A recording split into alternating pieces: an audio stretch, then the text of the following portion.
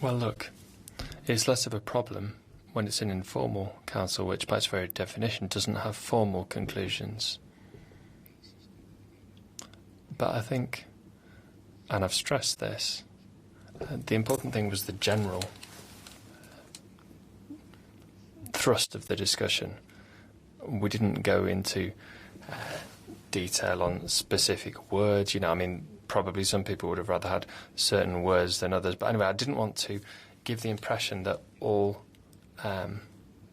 member states completely agreed on the general thrust. That wouldn't have been honest on my side. So I think it's honest for me to say that there was one country which didn't agree. And recently, this happened on recent occasions as well. It's Hungary, as you can probably guess on this occasion.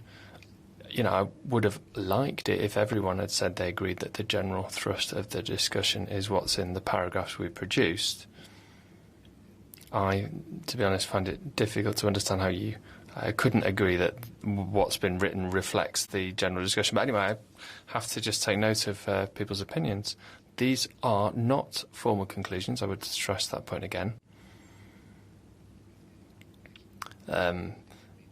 They're not part of a text, so I think it's less important than it might be on other occasions. But I would just remind colleagues that in the Foreign Affairs Council, our role is to try to contribute towards creating a common foreign and security policy.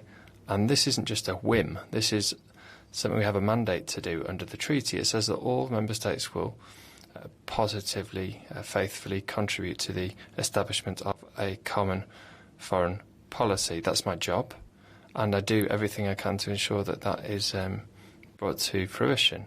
Now, this obviously is a very tricky, sensitive topic, so I'm happy to see that basically the general thrust was agreed upon.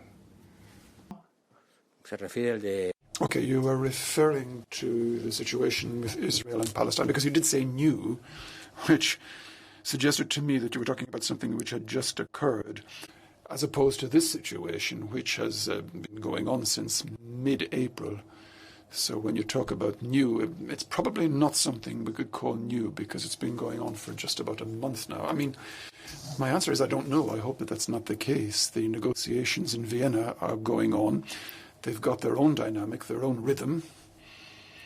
So we have no reason to consider any possible correlation between these two problems. Last question, Nureddin, your mic is going to be open.